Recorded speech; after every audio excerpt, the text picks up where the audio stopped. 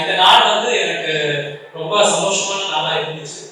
அது காரணம் என்னன்னா என்னுடைய ஸ்கூல் டேஸ் மெமரிஸ் எல்லாம் திரும்பி எடுத்து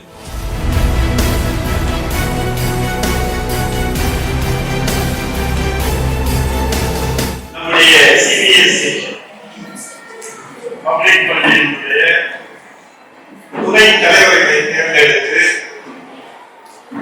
அந்தந்த துறைகளுக்கு தலைவர் துணை தலைவர்கள் தேர்தல் நடத்தி அதன் அடிப்படையிலே தேர்வு செய்திருக்கிறார்கள்.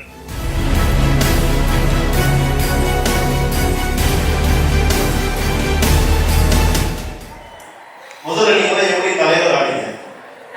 உங்களுக்கு பின்னாடி இருக்கிறவங்க ஓட்டு போடாதனால தான் நீங்க தலைவர் ஆனீங்க. சரியா? இங்க நம்மளுடைய முதல்வர் சொல்லும்போது சொன்னார், கிட்டத்தட்ட 130 தலைவர்களை நாங்கள் தேர்ந்தெடுத்திருக்கிறோம் அப்படின்னு.